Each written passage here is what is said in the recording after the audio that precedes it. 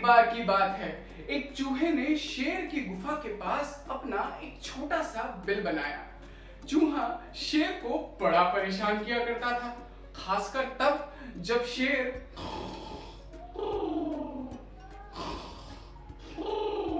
सोया करता था। यहाँ तक कि चूहा शेर के शरीर पर चढ़कर उछल कूद किया करता था।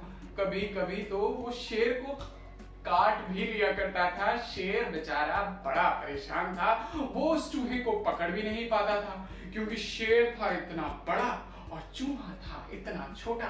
जब भी शेर उसे पकड़ने के लिए जाता, चूहा अपने बिल में घुस जाता। एक दिन शेर ने एक बिल्ली से दोस्ती कर ली और उसके मन में आया, क्यों ना इस बिल्ली से सहायता मांगी जाए उस चूहे को पकड़ने के लिए।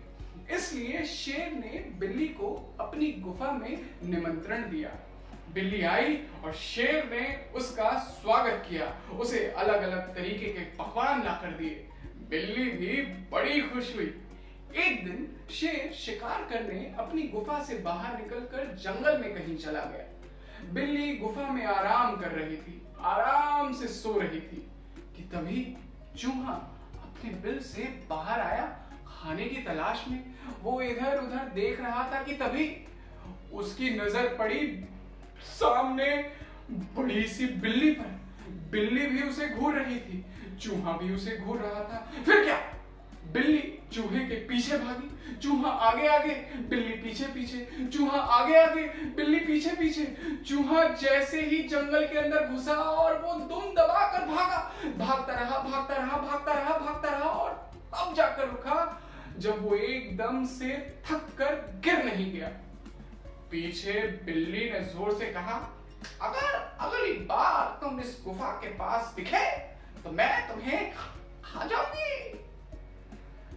शाम को जब शेर वापस आया तो बिल्ली ने शेर को बताया कि उसने चूहे को भगा दिया है। शेर ये सुनकर बड़ा खुश हुआ और मन ही मन उसके आया कि बिल्ली ने तो अपना काम कर दिया है, अब इसकी खातिरदारी करनी नहीं चाहिए। उस दिन के बाद से शेर ने बिल्ली को खाने तक नहीं दिया।